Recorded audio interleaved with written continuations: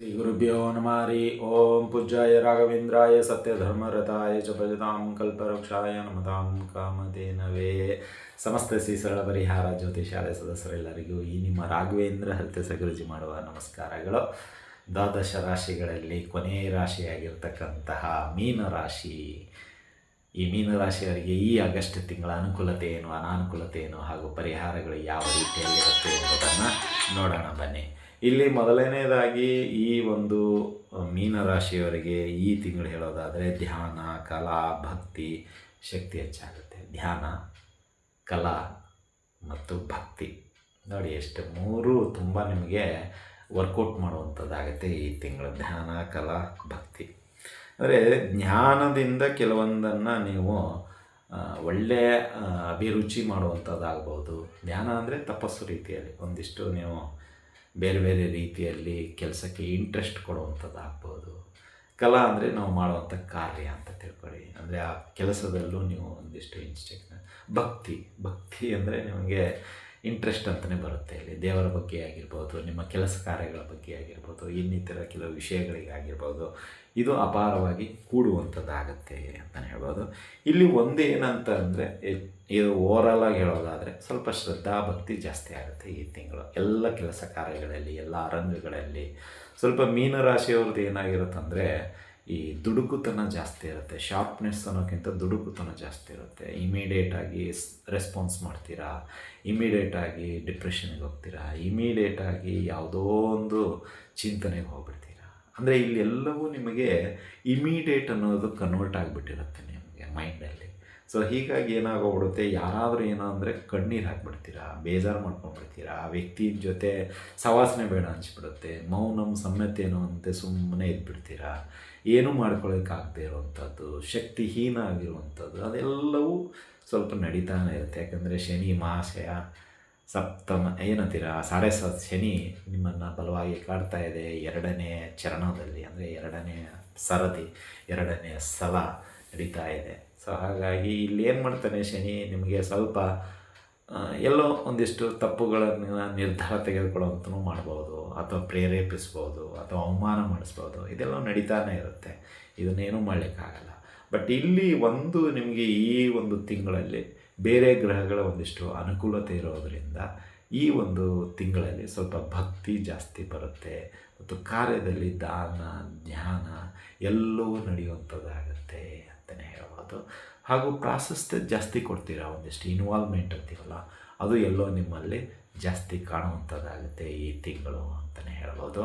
ಹಾಗೂ ಕಾರ್ಯಗಳನ್ನು ಸ್ವಲ್ಪ ನಿಭಾಯಿಸುವಂಥದ್ದು ಕಲಿತ್ಕೊಳ್ತೀರಾ. ಅಂದರೆ ಯಾವ ರೀತಿ ಟಾರ್ಗೆಟನ್ನು ಬೇಗ ರೀಚ್ ಆಗಬೇಕು, ಒಂದಿಷ್ಟು ಉಪಯುಕ್ತ ಮಾಹಿತಿಗಳನ್ನು ಸ್ನೇಹಿತರಿಂದ, ಹಿತೈಷಿಗಳಿಂದ ತೆಗೆದುಕೊಳ್ತೀರಾ.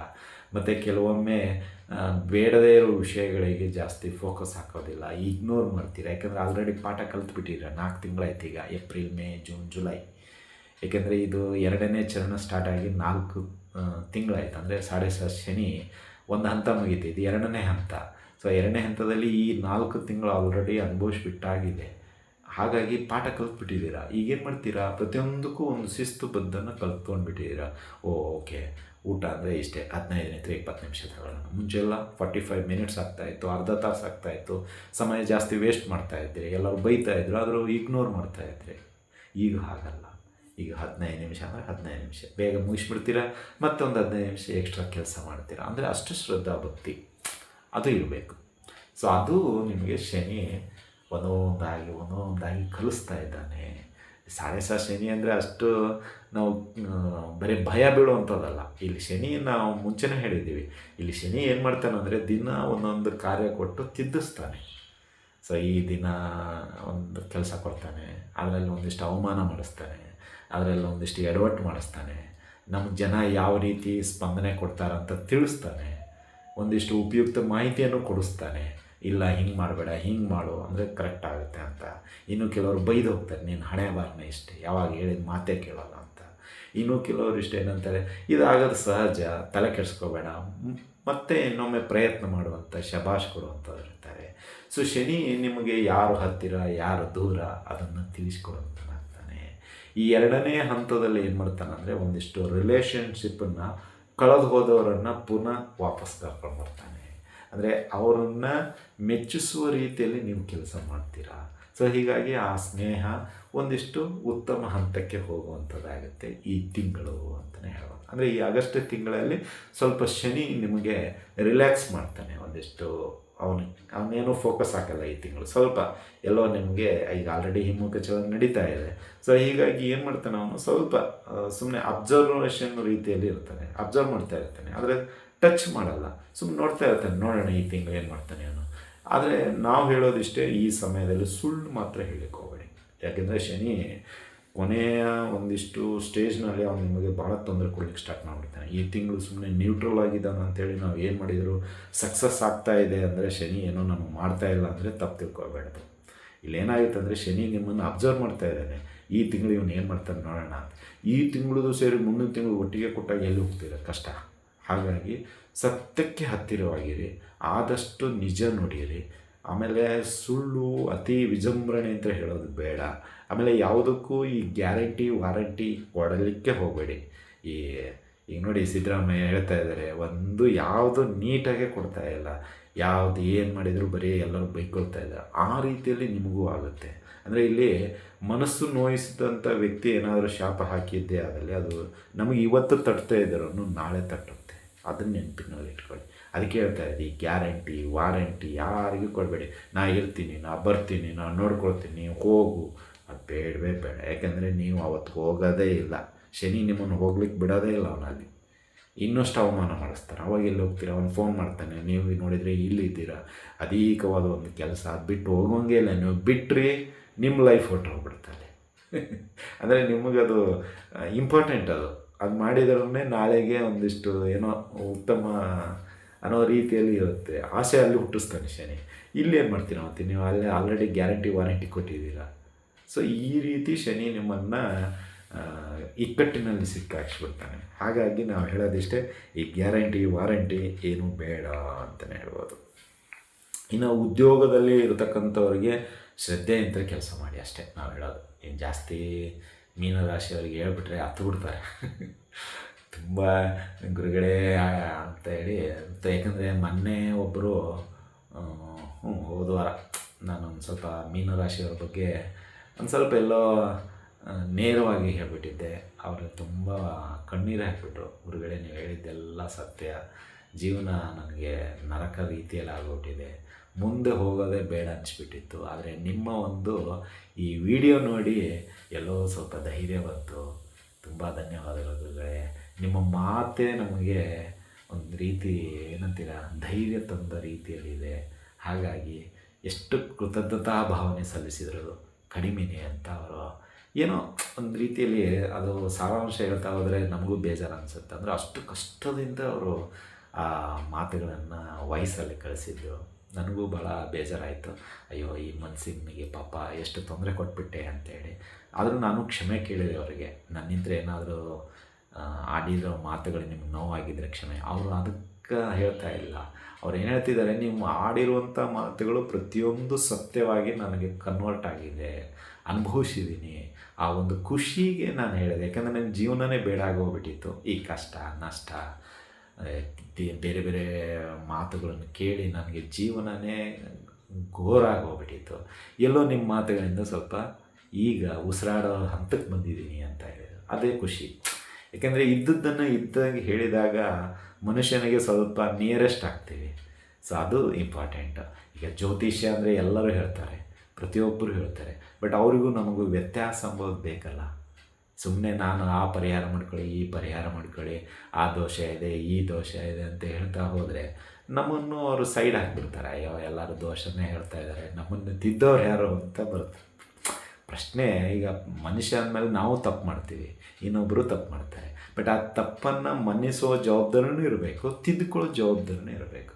ಇಲ್ಲಿ ಮೀನರಾಶಿಯವ್ರಿಗೆ ಏನಾಗಿದೆ ಅಂದರೆ, ತಪ್ಪುಗಳು ಸಹಜ ಮಾಡ್ತಾನೆ ಇರ್ತಾರೆ. ಶನಿ ಅಂದಮೇಲೆ ಅವ್ನು ಬಿಡೋದಿಲ್ಲ, ತಪ್ಪು ಮಾಡಿಸ್ತಾನೆ. ನಮಗೆ ಮಾಡದೇ ಇದ್ದರೂ ಮನಸ್ಸನ್ನು ಮಾಡಿಸ್ತಾನೆ, ಕೆಲವು ಅನಿವಾರ್ಯತೆಯಿಂದ ಮಾಡಿಸ್ತಾನೆ. ಬಟ್ ಇಲ್ಲಿ ನಾವು ಹೇಳೋದಿಷ್ಟೇ, ಆ ತಪ್ಪುಗಳಾದಾಗ ಸರೆಂಡ್ರ್ ಆಗಿಬಿಡಿ ಅಷ್ಟೇ. ನಾನು ಹೇಳೋದಿಷ್ಟೇ, ನಮ್ಮ ಒಂದು ವೈಯಕ್ತಿಕ ಅಭಿಪ್ರಾಯದ ಪ್ರಕಾರ ಹೇಳೋದಾದರೆ, ಈ ಒಂದು ಶನಿನ ನಾವು ಸ್ವಲ್ಪ ಏನಂತೀರ ಅವ್ನು ನ್ಯೂಟ್ರಲ್ ಆಗಿ ನೋಡ್ಕೊಳ್ಬೇಕು ಅಂತ ಹೇಳೋದಾದರೆ ಸತ್ಯವಾಗಿ ನೋಡಿರಿ, ಸತ್ಯವಾಗಿರಲಿ. ಗ್ಯಾರಂಟಿ ವಾರಂಟಿ ತಂಟೆಗೆ ಹೋಗಬೇಡಿ ಅಷ್ಟೇ. ಗ್ಯಾರಂಟಿ ವಾರಂಟಿ ತಂಟೆ ಇದಕ್ಕೆ ಬರಲೇಬೇಡಿ ಅಷ್ಟೇ. ನಮ್ಮ ವೈಯಕ್ತಿಕ ಅಭಿಪ್ರಾಯ. ಆಗೋದಿದ್ರೂ ಇಲ್ಲಪ್ಪ ನನ್ನ ಕೈಲಿ ಆಗಲ್ಲ ಅಂತಲೇ ಹೇಳಿ. ಇಲ್ಲ ನಾಳೆ 10 ಗಂಟೆಗೆ ನಾನು ಬಂದೇ ಬರ್ತೀನಿ, ಅದು ಹೆಂಗೆ ಆಗುತ್ತೆ ನೋಡ್ತೀನಿ, ಹಂಗೆ ಅದು ಆಗದೆ ಇರುವಂಥ. ಹಾಗಾಗಿ ಮೀನರಾಶಿಯವರು ಸ್ವಲ್ಪ ಹುಷಾರದಿಂದಿರಿ. ಆಮೇಲೆ ಈ ಕೆಲಸದಲ್ಲಿ ಸ್ವಲ್ಪ ಒತ್ತಡ ಬರುತ್ತೆ ಈ ತಿಂಗಳು, ಆದರೆ ನಿಭಾಯಿಸುವಂಥದ್ದಾಗಿರುತ್ತೆ. ಏನಂತ ಟೆನ್ಷನ್ ತೊಗೋಬೇಡಿ. ಒಬ್ಬ ವ್ಯಕ್ತಿ ಬಂದೇ ಬರ್ತಾನೆ ಸಹಾಯಕ್ಕೆ, ಆದರೆ ಸಡನ್ನಾಗಿ ಗುಡ್ಡನೇ ಕುಸಿಯೋ ರೀತಿಯಲ್ಲಿ ಭಯ ಆಗಬೇಡಿ. ಯಾಕಂದರೆ ನಿಮಗೆ ಈ 7.5 ತುಂಬ ಮೈಂಡ್ ಏನಾಗಿದೆ ಅಂದರೆ ಭಾರ ಜಾಸ್ತಿ ಆಗಿಬಿಟ್ಟಿದೆ. ಆದರೆ ವೆಯ್ಟ್ ಇಷ್ಟೇ ಇದೆ, ಆದರೆ ನೀವು ತೊಗೊಂಡಿರೋದು ಇಷ್ಟಿದೆ. ಹೀಗಾಗಿ ನಿಮಗದು ಏನು ಮಾಡಬೇಕಂತ ಗೊತ್ತಾಗ್ತಾ ಇಲ್ಲ ಅಷ್ಟೇ, ಇನ್ನೇನಿಲ್ಲ. ನಾವು ಹೇಳೋದಿಷ್ಟೇ, ಒಂದು ಸ್ವಲ್ಪ ಬೆಳಿಗ್ಗೆ ಬೇಗ ಎದ್ದೇಳಿ, ಒಂದು 5 ಗಂಟೆಗೆ ಎದ್ದೇಳಿ. 5 ಗಂಟೆಗೆ ಎದ್ದು ಓಂಕಾರ ಹೇಳ್ಕೊಳ್ಳಿ ವೈಯಕ್ತಿಕವಾಗಿ ಅಷ್ಟೇ. ಏನು ಮಾಡಲಿಕ್ಕೆ ಹೋಗಬೇಡಿ. ಒಂದು 20 ರಿಂದ 25 ನಿಮಿಷದವರೆಗೆ ಓಂಕಾರ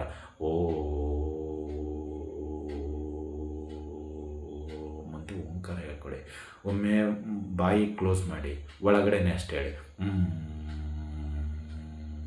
ಅಂತ ಹೇಳಿ. ಒಮ್ಮೆ ಅಂತ ಹೇಳಿ ಮೂಗಿನಲ್ಲಿ ಬಿಡಿ. ಹೀಗೆ ಒಂದೊಂದು 5 ನಿಮಿಷ ಚೇಂಜಸ್ ಮಾಡ್ಕೊಳ್ಳಿ. ಇದರಿಂದ ಏನಾಗುತ್ತಂದರೆ ಈ ತಲೆಯಲ್ಲಿರ್ತಕ್ಕಂಥ ಭಾರ ಇದೆಯಲ್ಲ, ಬೇಡದೇ ಇರೋ ವಿಷಯಗಳು, ಅದೆಲ್ಲ ಸ್ವಲ್ಪ ಕರಿಬಿಡುತ್ತೆ. ಸ್ವಲ್ಪ ಈ ಏನಂತೀರ ಭಯ, ಈ ಒಂದಿಷ್ಟು ಭಾರದ ಚಿಂತನೆಗಳು ಎಲ್ಲವೂ ಕ್ರಮೇಣ ಒಂದೇ ದಿನಕ್ಕೆ ಹಿಡಿಯಲ್ಲ. ನೀವು ಅದೇ ನಿತ್ಯ ಮಾಡಿ, ಶನಿ 7:30 ಮುಗಿಯೋವರೆಗೂ ಓಂಕಾರಗಳನ್ನು ಹೇಳ್ಕೊಳ್ಳಿ ಅಷ್ಟೇ. ಅವಾಗೇನಾಗುತ್ತೆ ಅಂದರೆ ಮಾತಾಡುವ ಶೈಲಿ, ಮಾತನಾಡುವ ಚಿಂತನೆಗಳು, ಮಾತನಾಡುವ ಭಾಷೆಗಳು ಎಲ್ಲವೂ ನಿಮ್ಮ ಕಂಟ್ರೋಲಿಗೆ ಬರುತ್ತೆ ಅಂತಲೇ ಹೇಳ್ಬೋದು. ಇನ್ನು ಅದೇ ರೀತಿಯಾಗಿ ವ್ಯಾಪಾರಸ್ಥರಿಗೆ ಹೊಸ ತಂತ್ರಗಳನ್ನು ಅಳವಡಿಸ್ಕೋಬೇಕಂತ ಆಸೆ, ಬಟ್ ಆರ್ಥಿಕ ಸಮಸ್ಯೆ ಅಂತ ಅದು ಆಗೋದಿಲ್ಲ. ಕನಸು ಇದೆ, ಆದರೆ ನನಸಾಗೋದಿಲ್ಲ. ಇದೇ ಒಂದು ವ್ಯಾಪಾರಸ್ಥರಿಗೆ. ವ್ಯಾಪಾರ ಜುಲೈನಲ್ಲಿ ನಿಂತು ಅದೇ ಕಂಟಿನ್ಯೂ ಆಗುತ್ತೆ, ಏನು ತೊಂದರೆ ಇಲ್ಲ. ಬಟ್ ನೀವು ಹೊಸತನಕ್ಕೆ ಆಸೆ ಪಡ್ತಾ ಇದ್ದೀರಲ್ಲ, ಅದಕ್ಕೆ ಬಂಡವಾಳ ಅಂತ ಬೇಕು. ಆ ಬಂಡವಾಳ ಸಿಗೋದಿಲ್ಲ. ಅದೇ ಒಂದು ಕೈ ವಿಚಾರ ಅಂತಲೇ ಹೇಳ್ಬೋದು. ಇನ್ನು ಆರ್ಥಿಕವಾಗಿ ಈ ತಿಂಗಳು ಸ್ವಲ್ಪ ಬ್ಯಾಲೆನ್ಸ್ ಮಾಡಲಿಕ್ಕೆ ಇಷ್ಟಪಡ್ತೀರಾ, ಆದರೆ ಬಲವಾದ ಖರ್ಚು ಶನಿ ಮತ್ತೆ ತಂದು ಹೊಡ್ತಾನೆ. ಯಾವುದೋ ತಿಂಗಳ ಕೊನೆಯಲ್ಲೋ ಅಥವಾ ತಿಂಗಳ ಮಧ್ಯಭಾಗದಲ್ಲೋ ಅಥವಾ ನಾಳೆನೇ ಧನ್ ಅಂತ ಬಂದುಬಿಡುತ್ತೆ.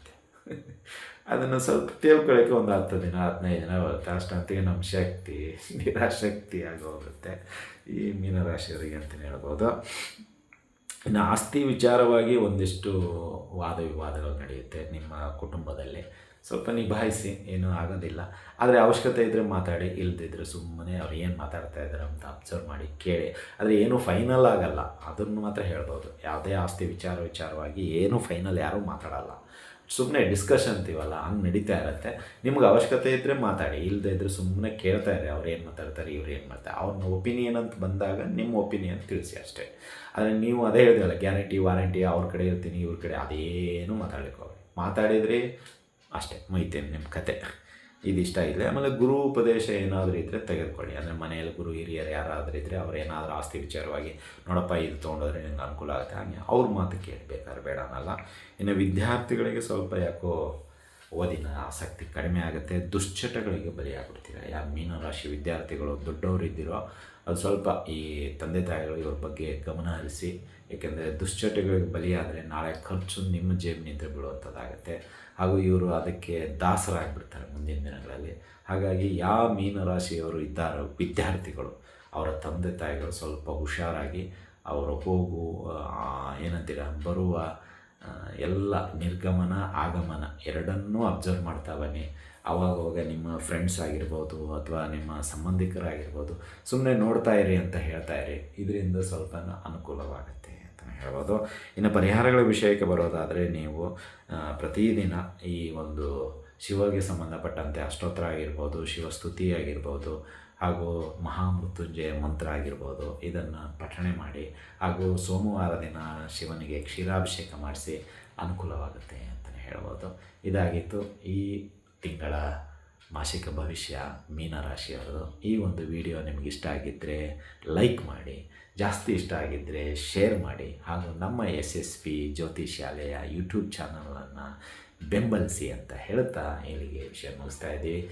ಮತ್ತೆ ಮುಂದಿನ ವಿಷಯದೊಂದಿಗೆ ಭೇಟಿಯಾಗೋಣ. ಅಲ್ಲಿವರೆಗೆ ಶುಭಮಸ್ತು, ಶುಭಂ ಭಯಾತ್, ಸರ್ವೇ ಜನ ಸುಖಿನೋ ಭವಂತು.